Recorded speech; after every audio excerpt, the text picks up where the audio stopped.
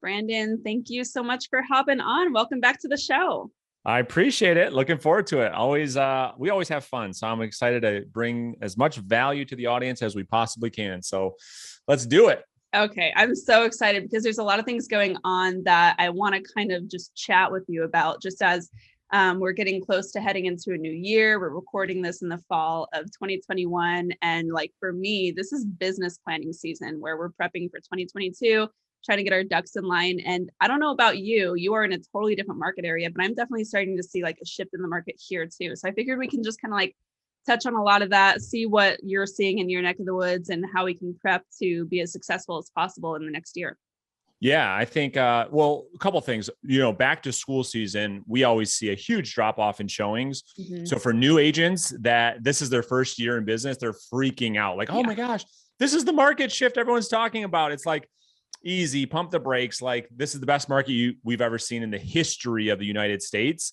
So I think part of this, all the posting and all the people freaking out right now is a little bit about school going back for sure. Mm-hmm. But however, if we look at this statistic from a statistical standpoint, we are starting to see first little baby signs of inventory increases, new listings year over year, which we haven't seen, to be fair, in a couple of years. So first signs, I think, is to be fair, but not anything to get excited about. Yeah. I think that it's helpful to, and we were talking about this a while ago. Anytime the market is going on like a run like it has been, we see a huge influx of new agents. So I know that there are like a large portion of new agents, and they're seeing this too. And I'm glad that you brought that up. There's a difference between seasonal shifts and cyclical shifts. I'm feeling the same thing too. So like here in the Southwest, we tend to see the most activity in the first quarter because that's when the weather is the best, leading into the second quarter. And then after the summer, things drop off because it's like, 110 degrees here and nobody wants to sell.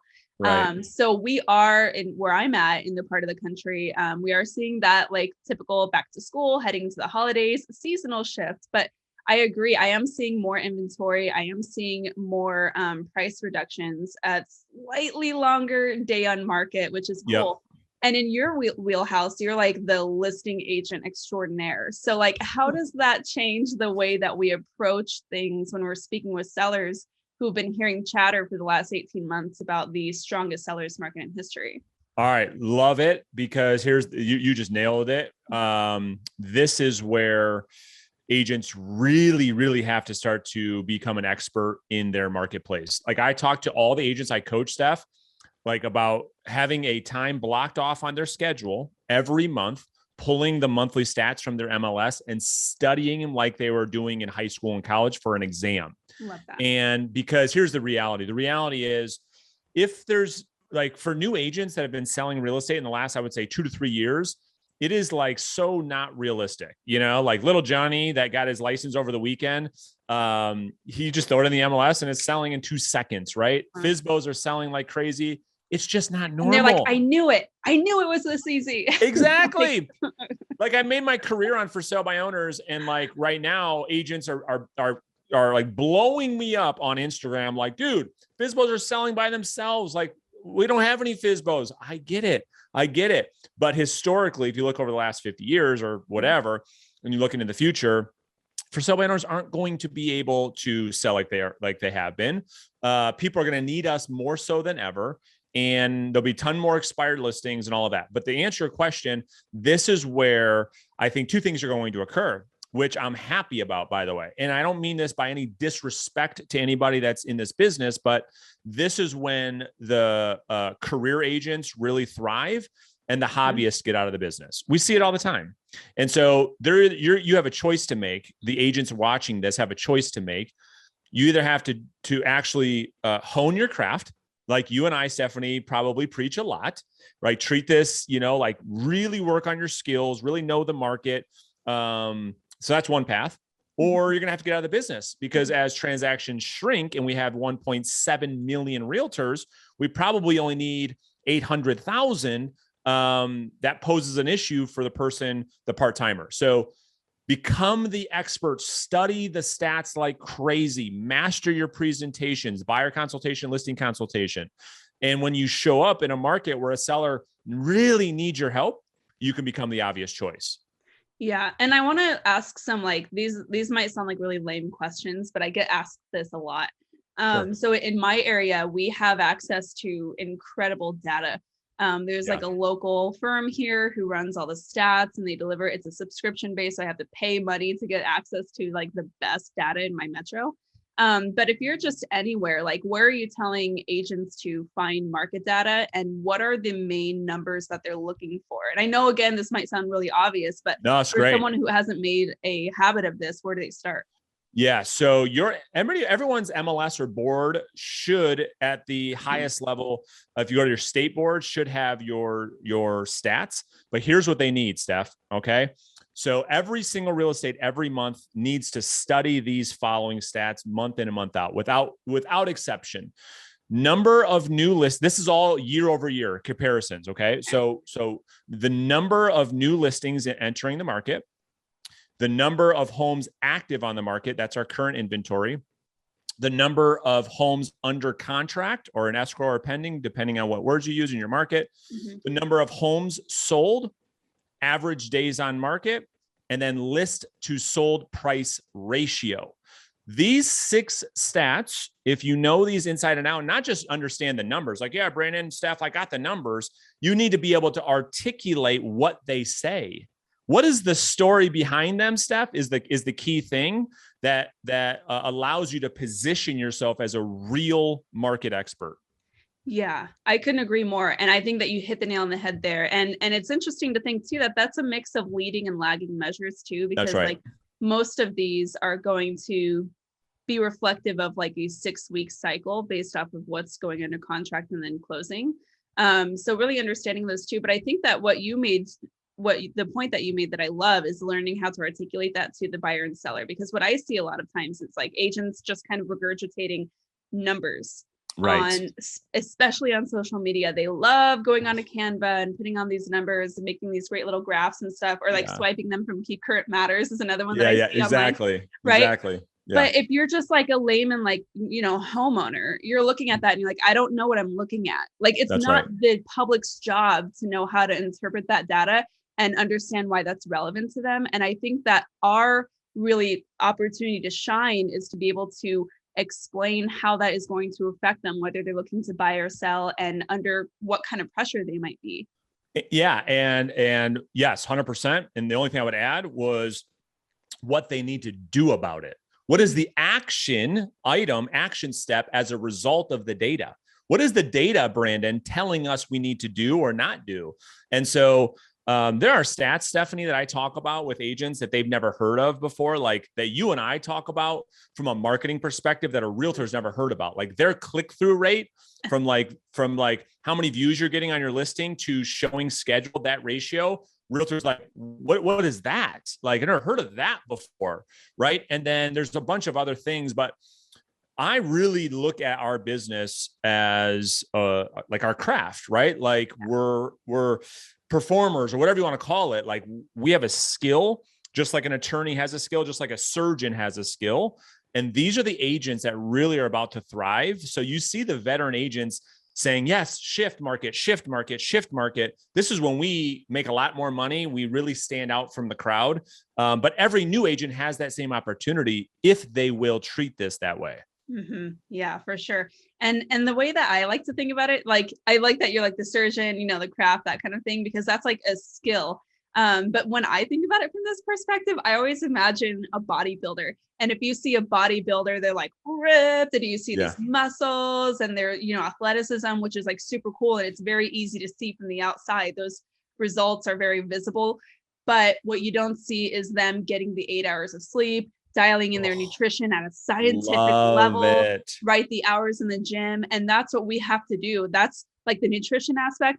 That's the understanding the market. The working out aspect, that's the fine-tuning your presentation skills and getting all of your resources in line so that you have an incredible experience to extend, Yeah, here's what's crazy. I talk about this a little bit in the book, but like, you just nailed it. There are so many things when I coach an agent that I bring up that they're like, wow, that makes a lot of sense. I like I'm a realtor. I didn't know the benefit taking a cold shower has in my real estate business, because we're in the human performance business, right? Yeah. That's the key thing. So I spend so much time, Stephanie, talking about mindset. I talk about sleep, what temperature you should have it when you sleep, what to wear when you sleep, the Aura ring, what type of shower you should have at which temperature, how long, what to do out of the shower, before the shower, like all this stuff, right? That doesn't even have to do with about houses, because we're in the human performance business, right? And so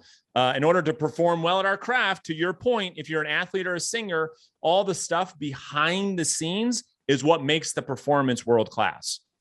Oh my gosh, I've never really thought about the human performance aspect, but it's so true. And the mindset to me is, and obviously the mind and body are so interconnected. And that relationship is going to reflect in how healthy our business is. And I feel like I always sound really woo when I get into this stuff, Not at all. It's the truth. It really is. And I found, oh, go ahead. I was just going to say, people don't have like business problems. They have personal problems that show up in their business, right? That's the reality. Well, I'll tell you right now, every hang up or every ceiling I have gone up against, every challenge I've experienced, for the most part has been self-imposed, because I have my own little tangle of limiting beliefs and things that hold me back for sure in every part of my business. And part of that, like in my experience, and maybe someone who's listening to this might resonate to this, I got into this profession as a 22-year-old young woman who was not educated. I never finished college. I had, a background in corporate finance. So I had some technical training in terms of how to speak to other professionals, how to write an email, that kind of thing, which was really helpful.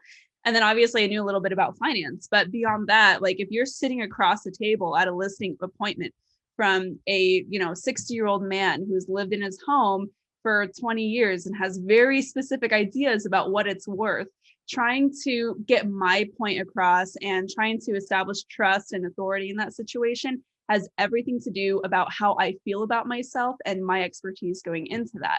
And so that's why I think about this stuff a lot too, and why it's so important to where you can't control how much experience you have in the industry. You can't control the market. You can't control who's on the other side of the table, but you can control how you choose to hone the skills that you come to the table with. That is within your control. And that's why I think that this is so important to talk about, because not enough people do. Mic drop from Stephanie Lugo. Rewind that, everybody. Watch that over and over and over again. That is some world-class coaching from Stephanie Lugo. So that was great. Thanks. Sorry. I really caught up about this. So you mentioned the book. Me too. Yeah. So you just wrote a book, you published a book, it's on Amazon, #1 bestseller. I mean, no big deal. Yep. Baller over here. Brandon Mulrenin, super exciting. Tell me a little bit about the book and tell me about some of the things that you cover in that. Okay. So I wrote this book, Stephanie, because I think that, there's so many voices out there communicating to real estate agents about a whole bunch of stuff, right? And a lot of the communication that is being given, I think, comes with an agenda, right? If you look how our industry is set up, a lot of it's biased, right? So you look at our associations, they want membership. That's how they generate revenue. They like the 1.7 million realtors. They don't care if they sell any houses. Mm-hmm. They just like the membership dues. Well, that poses a problem. Then you have brokerages that it doesn't matter what the model is, the more the better. Hey, let me check your pulse. You have a pulse? Okay, yeah, you can work here, right? So you have all this advice and people scared to tell, I think, realtors the truth about what this business is and what this business is not. They think, I'm getting my license, this is a sexy business, and oh, by the way, I'm going to make a whole bunch of money. The reality is a very small percentage in this industry make money, and everybody else is on the verge of bankruptcy. That's the truth. And it happens every year. You got to have 1 million realtors a year, Stephanie. I really looked at the numbers. You got about 1 million realtors a year that get out of the business. And then you have 1 million that get licensed and come into the business that keep us at 1.5, 1.6. Whoa. I know. So you have this massive turnover of people all the time. Why? Because they don't understand that when they got a real estate license, two things occurred. And if nobody believes me, watch, I'm going to prove it. One, you got into the lead generation business. Two, you got into the sales business. No, bullshit, Brandon. This is not a sales business. Look at your license. It says real estate salesperson. Don't tell me it's not a sales business. So I wanted to write a book, Stephanie, that got through all the BS, gave an agent the truth about what it's going to take, what they're going to need to do, how they're going to need to do it to build their business. I don't care what the lead generation tactic is. I give people multiple different strategies in the book. The key thing is lead generation and lead conversion has to be the top priority. If it is not, it's just days and weeks before you're out of this business, period. I love that. So with this, like, what's the thing about lead generation that agents get wrong, in your opinion? I'm going to tell you right now, it's real simple. They think this is an inbound business, and it is not. It is an outbound business. I don't care if you have a content strategy, you're sending out advertising, marketing, you're cold calling, you're knocking doors, you're sending messages on Instagram. Those are all outbound activities. When Bob gets his license over the weekend, Stephanie, he thinks the phone's going to ring. And it's not until after he gets a license, he's like, what the hell? Why is nobody calling me? It's like, Bob, it's an outbound business, bro. You think it's an inbound business. It's not an inbound business. You have to take actions. You have to take proactive actions to make things happen. And that, for people that don't come from a business background, certainly not from a sales background, they have no idea what that means or what they're getting into when they get into a direct sales business. No clue. Shocked. And when they get in, Steph, I'll just add this last thing real quick. It scares the shit out of them. They're like, oh my gosh, I don't want to bother people. I don't want to be intrusive. I don't want to send them a message on Instagram. I can't post that. I don't want to make any videos. I don't want to call anybody. I don't want to hold open house. I don't want to do any of that. Right? It's like, well, what did you think you were going to do to generate business? So anyway, that's the problem. I agree. And it's so funny because I was actually talking to a colleague of mine here locally, and I was like, what is the one thing that you were surprised at when you got into the industry? And she literally said, well, that they didn't just give you houses to sell. Always. Can you imagine having that? I don't remember. It's been 7 or 8 years since we got into the business. So I honestly don't remember what my expectation was going into it, but I do remember grinding. I remember putting myself in as many situations as I could to have these contacts, right? Yep. And there's a couple things that I'm thinking of just while as you're saying this. I think this again goes back to, the call reluctancy, the hesitancy to the fear of putting yourself out there to get this traction. Again, goes to the inner work, right? Because I don't want to bother someone. I'm afraid of being vulnerable. I'm afraid of messing up. Those are all inner things. Self-image. You are nailing it. And that, I don't know about when you help and train and coach an agent, but 80% of what I do is all spent in the mind. Oh yeah. They come to me wanting tactics and strategies. Then I change their mindset and everything becomes easy. Because I specialize in helping agents get over $100,000 a year. That's what I'm really, really good at. And they come to me thinking it's this problem, but it's you nailing it. It's a self-image issue that we have to work through, and then their business explodes. I want to try to do a scenario. Where is a really common scenario that we can kind of walk through together in terms of when you see this occurring and how you help an agent get over that? Is that hard to do on the fly? No, let's talk through it. So they come in with, you're exactly right, all types of confirmation bias about the past, about what it means to, and this is chapter 1 of the book. And I don't want to plug the book, but I'm just bringing stuff from the book into the podcast. It's people, we grew up, society, when they think about salespeople, it's a negative connotation towards that, right? It's oof, I don't know how I feel about that. It's because historically, we have all thought of salespeople and been taught to be high pressure, pushy, convincing. Dude, this is my life's work. It's called reverse selling. And what that means is no longer are you going out there trying to convince anybody of anything. You're going out there trying to understand people's true desired goals, and then B, contribute with value by building a relationship so that you become the obvious choice. So there is no process of convincing. There is no pressure. There is no weirdness. So this is what I help somebody understand. That's why they're like, oh, I just love your methodology. Like, it's so easy for me to call a for sale by owner using your script because it's not preshy or it's not pushy. That's pressure and pushy at the same time. I like that. I actually like that, preshy. Preshy. I just made that up. So it's understanding that you're here, you're a real estate agent, like you're going to have to get over and accept the fact that what it means to be a salesperson does not mean, and it shouldn't mean, that you go out there and you are somebody different, that you're being an asshole, that you're trying to pressure people. You don't need to do any of that. They're like, really? I'm like, yeah, dude, you don't have to do any of that. Well, what about all these big gurus that tell me to do all this shit? I'm like, dude, get rid of that. Unsubscribe from them on YouTube. Don't follow them don't listen to any of that shit. Okay. Dump it in the toilet and go out there and be yourself. Use the law of reciprocity and go give yourself, go serve your client. Stop trying to sell your client, and beautiful things will happen. And they're like, wow, this is great. Right. So that's step one. I don't know if you want to add anything to that, but.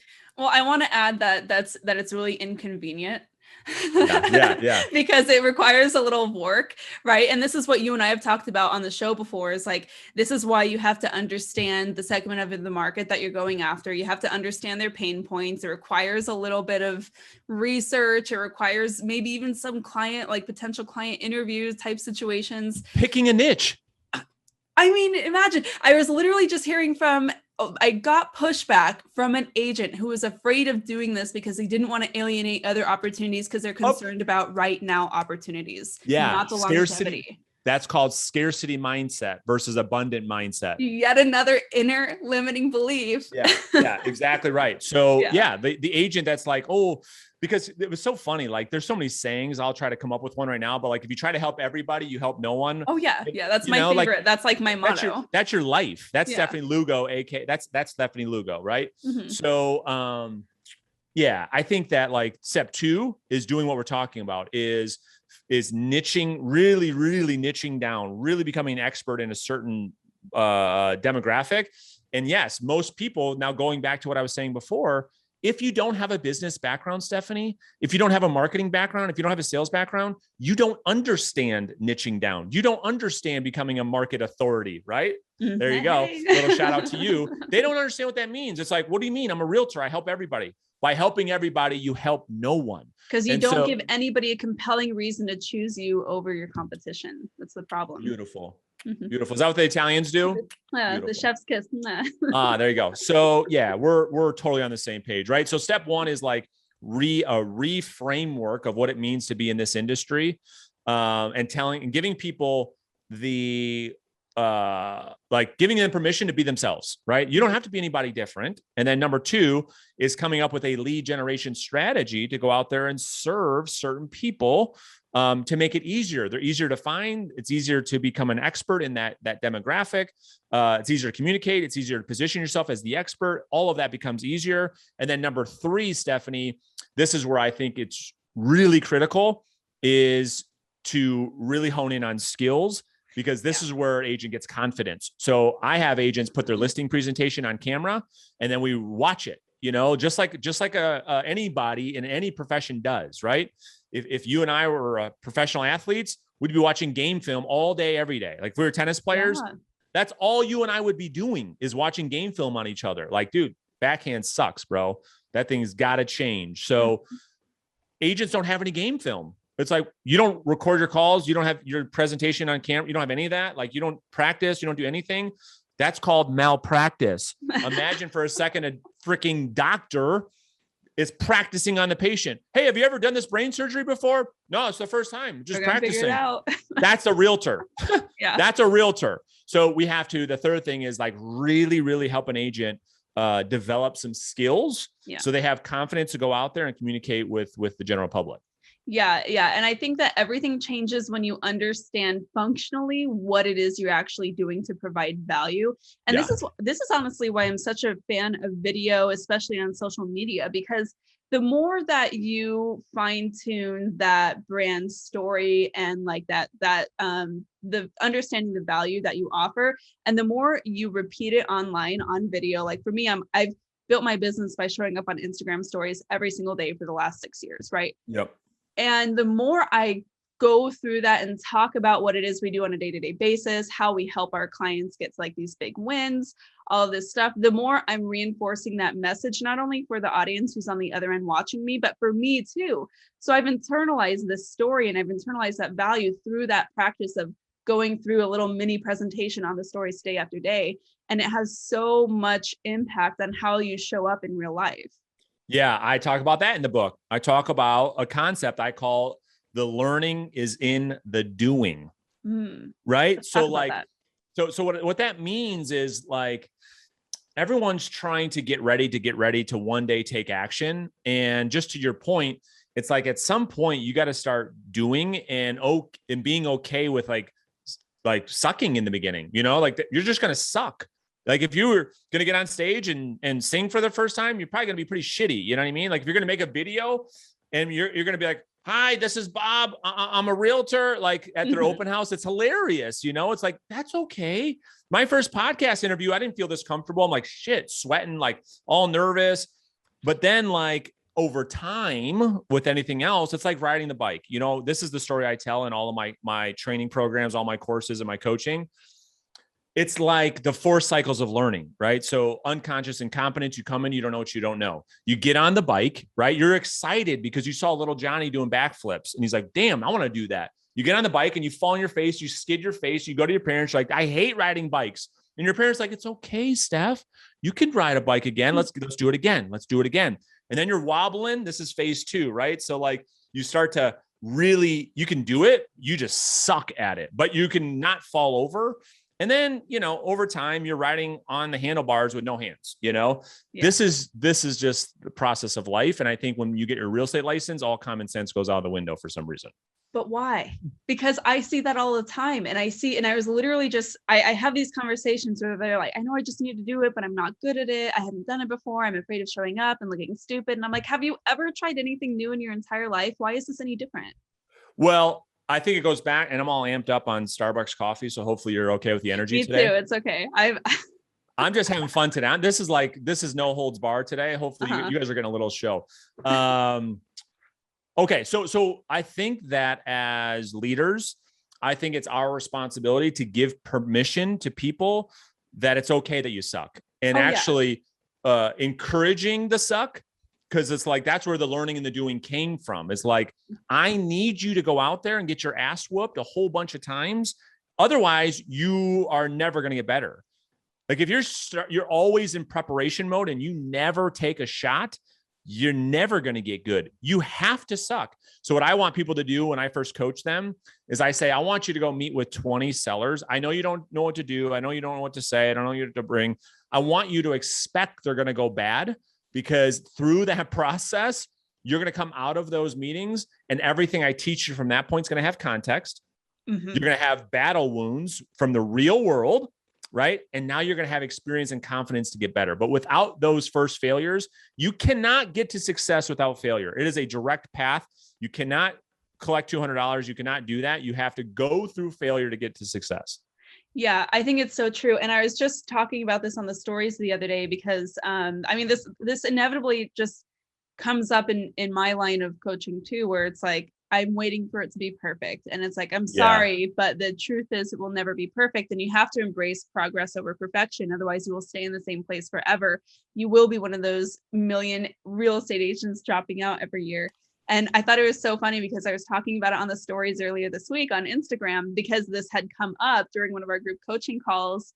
And I was just really feeling myself. And I was like, this message deserves to stay on my feed forever. So I made a reel, and the reel that I made had so many imperfections. Like, I'm like, I love it. Pointing to text and it's like not aligned. The little GIF is like off center. And I'm like, nah, it's up. The message got out there. It's not perfect, but whatever. Well, here's the other thing. I think you probably see this a lot in your world, but again, another thing I talk about in the book is something called creative avoidance. This has got to be massive in your world. So This is the agent, Stephanie, who is obsessing with what color should be on my website. How should my business cards, what texture, Stephanie, should be on my business card? And they're doing all these things that are avoiding the real work in this business. Yeah. And that's what I call creative avoidance. They just love working on the creative, sexy stuff. They don't ever do any work that leads to any money. And then they wonder why. But they think they're being productive, and they think they're being like, you're not being productive, dude. You're avoiding the work. It's called creative avoidance. I'm telling you, I've never lost a client because I had the wrong color button on my website. Never, not once. Have you? No, not yet. They're like, Stephanie, that button should have been red instead of green. Never is going to happen. But realtors obsess over like all this stuff. Like, do you like this picture? Do you like this picture? Should my hair be up or should it be down? You know, should I wear red or should I wear green? No one gives a shit. Nobody gives a shit. Get out there, start getting real feedback from the market. And that's how you're going to grow. That's how you're going to win, right? Get real feedback from a seller where you say, Stephanie or Mrs. Seller, you know, can I just ask you, like, what had you choose Stephanie over me? And I can take it. I just want the feedback. Well, let me just tell you, boom, boom, boom, boom. That's real feedback. Yeah, I think that that's one of the most powerful things that agents can do. And like, that's built into our process too. It's like when you do fail, because like, and I know you feel differently about this, but I feel really strongly that like even the best agents get maybe like 50% of their at-bats. Absolutely. Right. Wait a minute. What do you mean? How do we disagree with that? That's exactly what I say. 50%.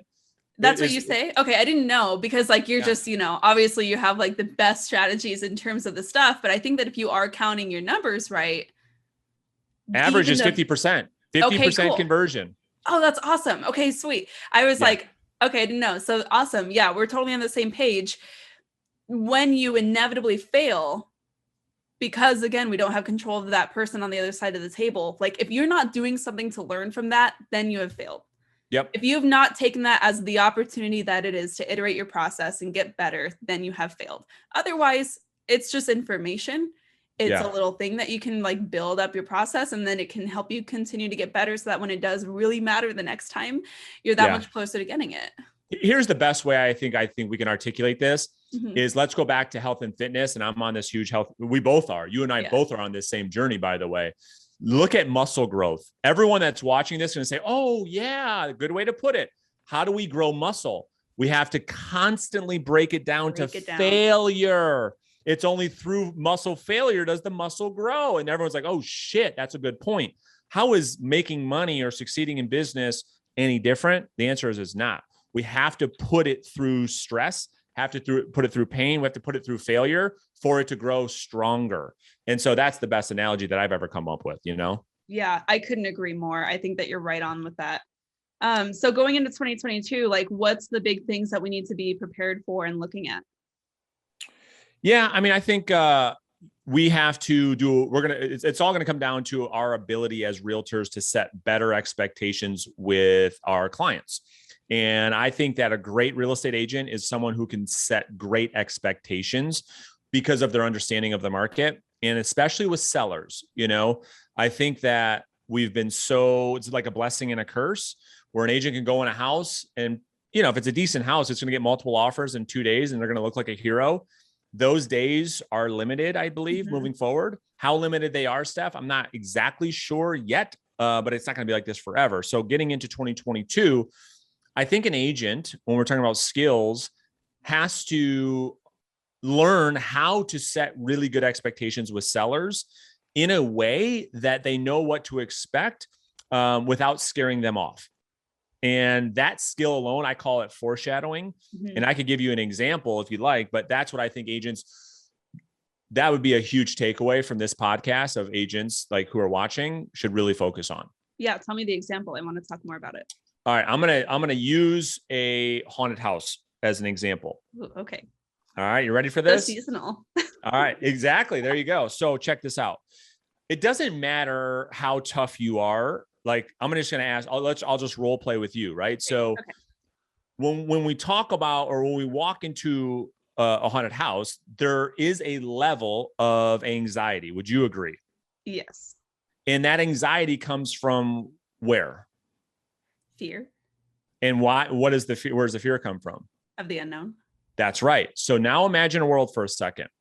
Before we go to the haunted house, I fly down to Arizona. I say, all right, Stephanie, Bryce, I'm taking you to the best haunted house in Scottsdale. Place is badass. Okay. When we go there, we're going to walk in. As soon as we walk in, there's going to be someone that jumps out. Okay. That looks like Jason, right? From Jason and Freddy. And he's going to wave this fake thing and lights are going to go off. And then we're going to go around to the next corner. And then Joshua Smith's going to pop out with his GSD flat brim on. And he's going to do a backflip. And it's going to, and I did this throughout the entire thing. And I walked you and Bryce through before you walked into the haunted house. And I told you exactly what was going to happen. How do you feel now? I feel braced. Do you like feel I can brace against the fear? So it's like the unknown out of it. Okay. Do you feel more anxious or less anxious after I tell you what's going to happen? Less anxious. Now watch step 3. I tell you what's going to happen, and I turn on all the lights in the haunted house. So you saw the things happening before they were going to happen. Did the haunted house business stay in business, or they go out of business immediately?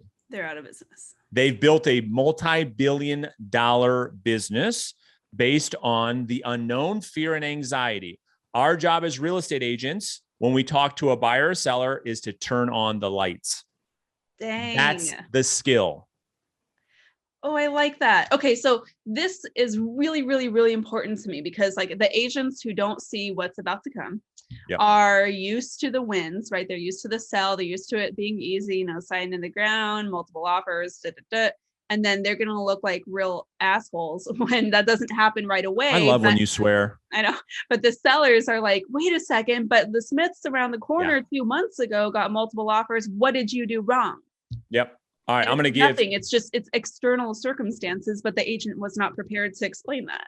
So let me give the whole audience what they really came for, and I'll give them the answer to the test. Ready? Okay.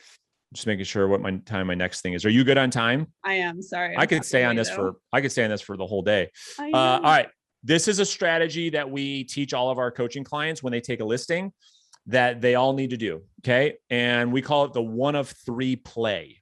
The 1 of 3 play. So how it works is this. So Stephanie, you're my client. And I say, Stephanie, 1 of 3 things is going to occur when we hit the market. Can I share that with you? Yes.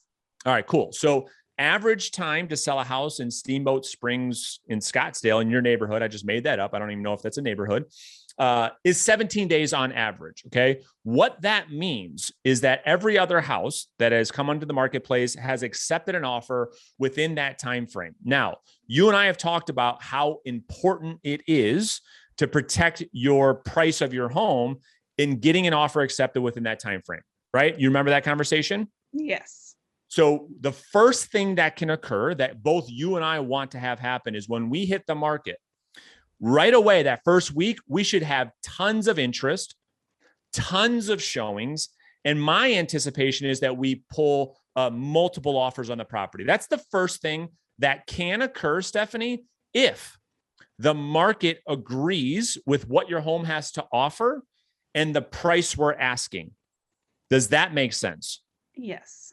And who gets to make that decision? You, me, or the market? The market. And who's the market? The buyers. The buyers, right? So that's the first thing that can occur. The second thing that can happen, okay, is if we go out into the marketplace at 500,000, we're asking 500K for the home, and we get a ton of interest, all those showings occur, they walk through your home, nobody writes an offer. What do you think the buyers are saying to us at that point? That it's not worth 500K. Potentially. Yeah, you could be right. Potentially. If that were to occur and we pass the 17 days, you and I could have a conversation about potentially adjusting our pricing strategy. Would you agree? Yes, that sounds reasonable. Yeah, beautiful. And then the third thing that can happen, which I don't think will be the case, but the third thing that can happen is we hit the market at 500,000 and nobody's interested. Like there's just crickets. If that happens, what's occurred? We've totally missed the mark. You got it. You nailed it. And if that happens, what do you think we need to do immediately? We need to adjust the price and or maybe other marketing. Yeah, you got it. Yeah. You're exactly right. So when we hit the market, I want you to come back to this conversation because when we talk every week, I'm going to come back to this. So when I'm updating you, and giving you where we're at with our days on market, timing is everything. Does that make sense? Mm-hmm. So I want you to understand when we hit the market, what I anticipate happening is probably one of the first one or two, but it's critical that you understand how this works when we enter the marketplace. So this is what an agent does to set good expectations ahead of time, so there's no surprises. And what ends up happening is we get to day 20 if you don't sell, and the seller's blowing us up saying, adjust the price, adjust the price, adjust the price, because we use the Socratic method to get them to tell us what to do. Can I just say how generous it feels from the position of the seller to be given options and given the tools that we need to empower ourselves in our own investment from that standpoint? You know what I mean? Yeah, 100%. So, I just think it's so important for agents to understand the market, to give them the confidence to have this conversation in the first place, you know? Yeah. I love it. So you have an event coming up. Tell us about that. Because I'm October really 20. Yeah, October 28th, 29th. It's our first reverse selling summit live in-person event. It's in Novi, Michigan. After today, it's funny that we're doing this today. You can go to reverseselling.summit.com and learn all about the event. But it's a 2-day event. We're going to teach agents 3 things, Stephanie. We're going to teach them how to generate listing leads. We're going to teach them how to turn those leads into listing appointments. And then we're going to teach them how to convert those listing appointments into contracts. So if anybody's interested in doing those 3 things, then come to the event. I love it. So I'm going to have a link to your book in the caption and all the show notes. So dear listener, thank you for that. Once you read that book and you decide that you agree with me that Brandon's one of the coolest cats in the industry, you can then go to reverseselling.summit.com, sign up for the event. Maybe we'll see you in October.